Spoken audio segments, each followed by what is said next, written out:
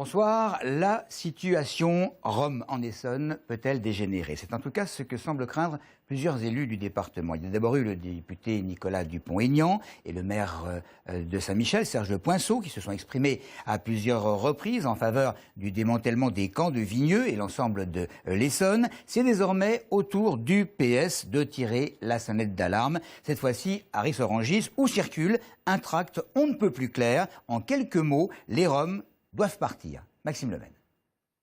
Sont-ils devenus fous? C'est la question que pose ce tract diffusé par la section PS de Ris-Orangis. Ils, ce sont des membres de partis de gauche qui se battraient pour les droits des Roms sur la commune. Michel Laplaza, élu socialiste de la municipalité, dénonce une instrumentalisation excessive et dangereuse de la situation des Roumains du bidonville de la N7.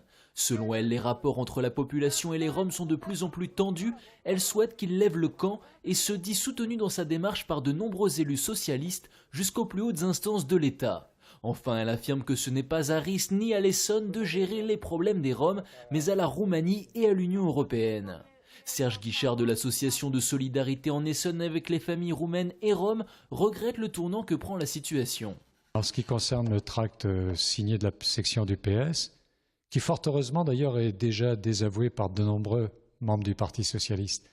Il y a beaucoup de membres du Parti socialiste dans l'association, donc je ne me prononcerai pas sur le PS en tant que tel, mais ce tract, oui, c'est assez inadmissible et on attend de gens de gauche, on va le dire comme ça, autre chose.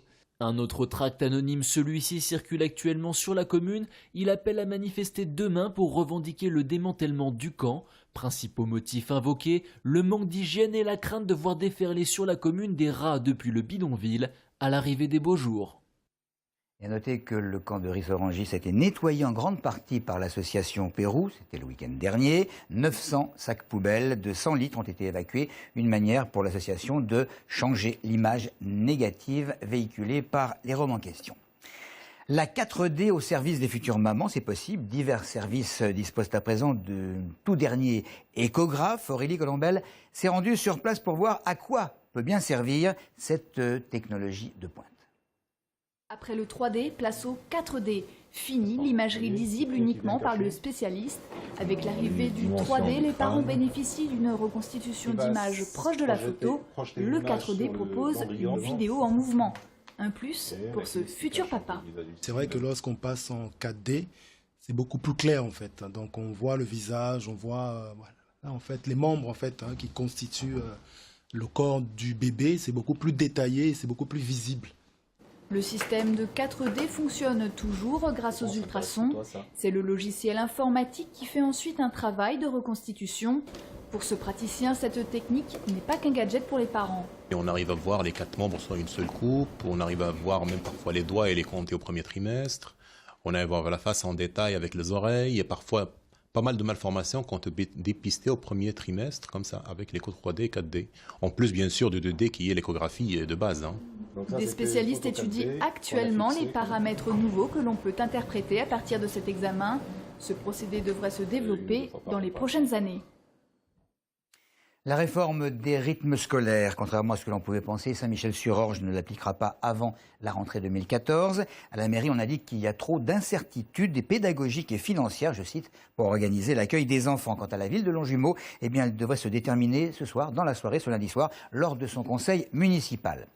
Il y aura moins de cancers dans 20 ans probablement, mais nous ne sommes qu'un Français sur 10 à vraiment le penser. C'est un sondage Luaris pour la Ligue contre le cancer qui l'atteste en cette journée mondiale contre cette maladie. Dans cette enquête, on relève que les personnes interrogées préfèrent voir les facteurs de risque incertains comme la pollution que les risques avérés comme le tabac ou l'alcool, car cela nécessite des changements de mode de vie. Voici quelques avis évidemment recueillis en Essonne.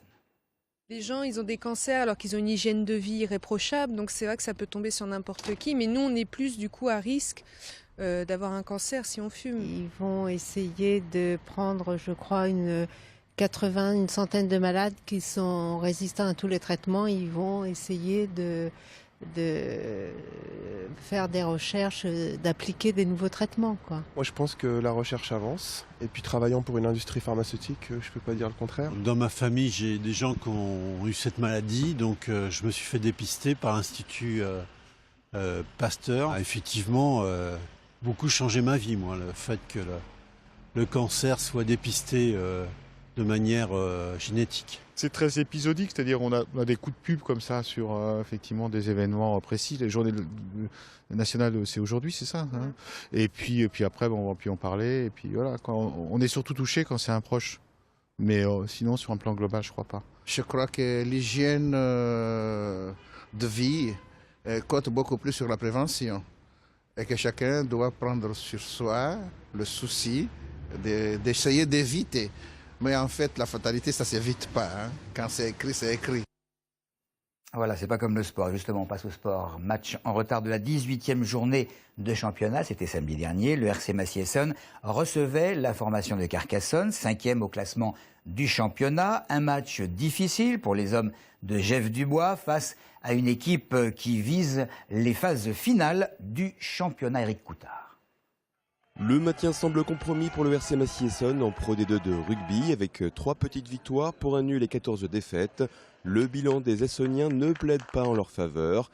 Face à Carcassonne qui peut encore se qualifier pour les phases finales, les espoirs de victoire des Bleus et Noirs étaient minces.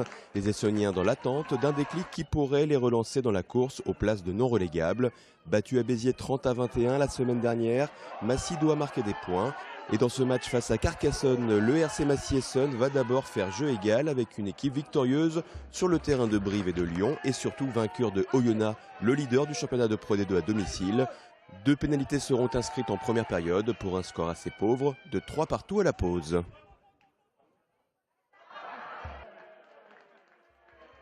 En seconde mi-temps, le RC Massy-Essonnes aura l'occasion de marquer un essai. Malheureusement, une maladresse au dernier moment ou des erreurs sur des mêlées vont priver les Massicois de précieux points dans cette rencontre. Quelques situations dangereuses vont pourtant donner le moral aux Bleus et Noirs qui vont croire en leur chance de succès. Un essai aurait même pu être accordé à Milorad à 15 minutes de la fin du match, mais l'excellent arbitre de la rencontre préféra revenir à une faute et donner une pénalité à Ike, l'artilleur massicois, auteur des 9 points de son équipe. Le buteur irlandais va donner la victoire à ses partenaires. Un premier succès en 2013, le 4e cette saison en Pro D2.